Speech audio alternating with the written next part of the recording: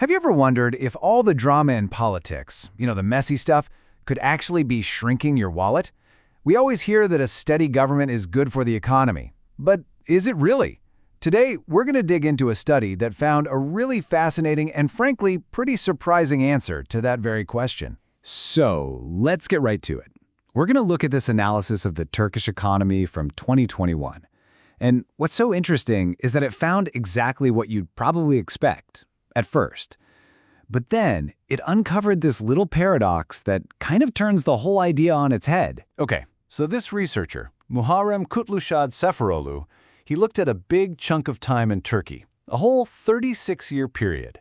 And his goal was simple. He wanted to see if there was a real, measurable difference in how the economy performed under stable, single-party governments versus those shaky, unpredictable years when coalitions were in charge. Now, to get past just the basic growth numbers, the study uses this really key metric.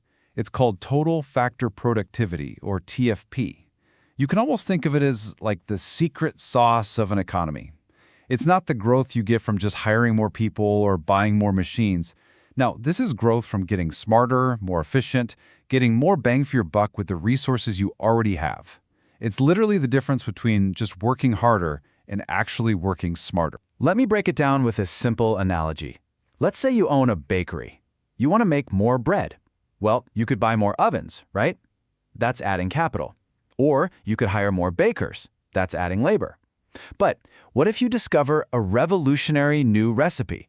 A recipe that lets you bake way more bread, but with the exact same number of ovens and bakers you started with. That breakthrough, that brilliant idea, that is TFP. All right, so the study takes this whole idea of TFP and applies it to Turkey's recent history, which it breaks down into this kind of tale of three different eras. So the story kicks off with what they call the Özal era, a time of pretty stable, single-party rule. But then, that's followed by this chaotic 7-year stretch of really fragile coalition governments.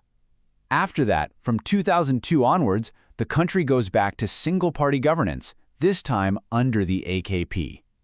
So you can see the pattern, right? It's stable, then unstable, then stable again. And when you look at the average economic growth across these periods, wow, the difference is just stark. It's not even close. The two eras with stable, single-party rule had way higher growth than that messy coalition period stuck right in the middle. The data seems pretty clear. The economy just did better when one party was at the helm. I mean, the researcher himself sums it up perfectly. Political stability seems to create this fertile ground for the economy to expand, while all that instability just throws sand in the gears.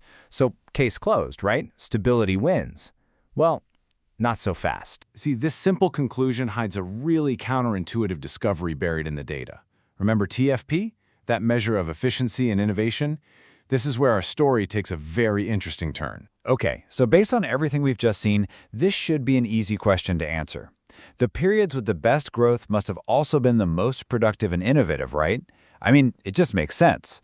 But the data tells a much, much more complicated story. Now, if you just look at the raw numbers, it seems to confirm what we think.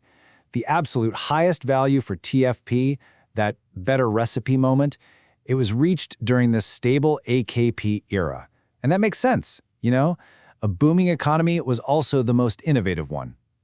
But that is only one part of the story. And here it is. Here's the paradox. When the researchers looked at what share of the growth was actually coming from TFP, the results just flipped completely upside down. It turns out that during those chaotic, low-growth coalition years, TFP's contribution to the little growth they had was proportionally highest. So wait, how could the most politically unstable period also be, in a weird way, the most efficient? It all comes down to a classic slice of the pie problem. Think about it this way. During the stable AKP era, the economic pie was huge. Growth was booming. So TFP, that efficiency factor, it was just one ingredient in that success, a small slice of a very, very large pie. But during the coalition years, the economic pie was tiny. There was almost no new investment or labor coming in, so that little bit of innovation was one of the only things keeping the economy afloat, making its contribution look like a huge slice of a very, very small pie. So after unraveling that whole paradox, what's the final verdict? What does this all mean when it comes to political stability and the economy? When we lay it all out, the story becomes pretty clear. The 2 periods of single-party rule, they delivered stable, high growth. And sandwiched right in between, the unstable coalition years delivered economic chaos and that weird TFP paradox, where a struggling economy had to lean super heavily on whatever little bit of innovation it could muster. So, what do we take away from all this? Well, first, it definitely suggests that for an economy like Turkey's, having a steady hand on the political wheel is a powerful driver of growth. Second, it shows that while innovation is absolutely crucial, it's still only one piece of a much bigger economic puzzle. And finally, it's just a great reminder to be careful with statistics, because a big percentage of a very small number can tell a really misleading story. Ultimately, what this study really suggests is that stability is a massive economic asset. And that leaves us with a much bigger, much tougher question. Not just for Turkey, but really for any country. If stability is so important for growth, what trade-offs are nations willing to make to actually achieve it? It's a question that goes way beyond economics, and it's definitely something worth thinking about.